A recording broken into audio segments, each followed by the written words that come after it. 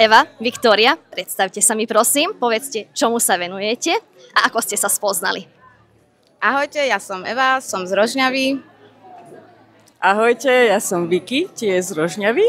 Sme sestry a vlastne ako sa to začala naša štvorúčná masérska kariéra.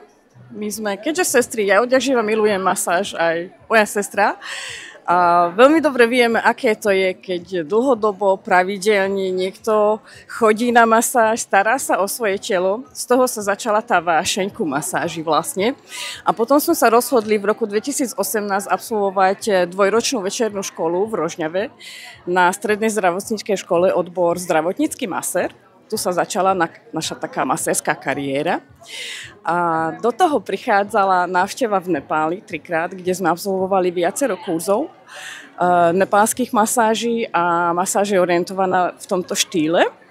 A tu sme prišli na to, že keďže sme sestry, sme celkom dobre aj zladené, že začneme sa venovať s tým štvorúčným masážam, popri tomu, že venujeme sa tej nepálskej masáži, čo je veľmi zriedkavé, a nie len na Slovensku, ale aj v Európe všeobecne.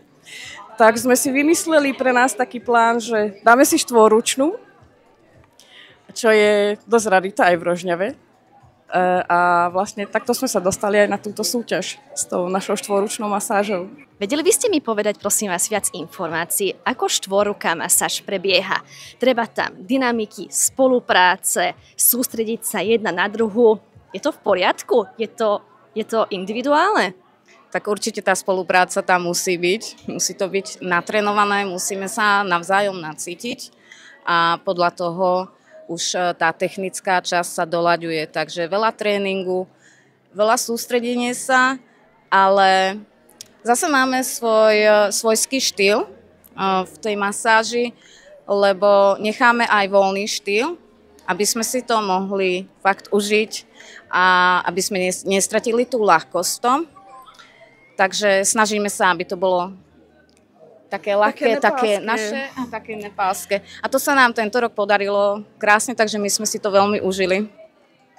Tiež si myslím, že sa vám to podarilo, boli ste veľmi milé. Vedeli by ste si predstaviť, že tento rok možno vyhráte? Nepredstavujem si takéto veci. Ja si myslím, že máme čo ešte zdokonaliť na tej svojej masáži alebo štvorúčnej, tak celkovo.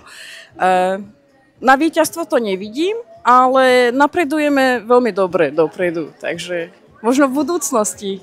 Vyhrať sme už vyhrali s tým, že sme tu, samozrejme, lebo je to úžasná skúsenosť, je to veľmi veľká inšpirácia, motivácia a kontakty alebo priateľstva, ktoré tu vznikli, sú na celý život podľa mňa, takže úplne sme šťastné z toho, že sme tu a prídeme aj na budúci rok.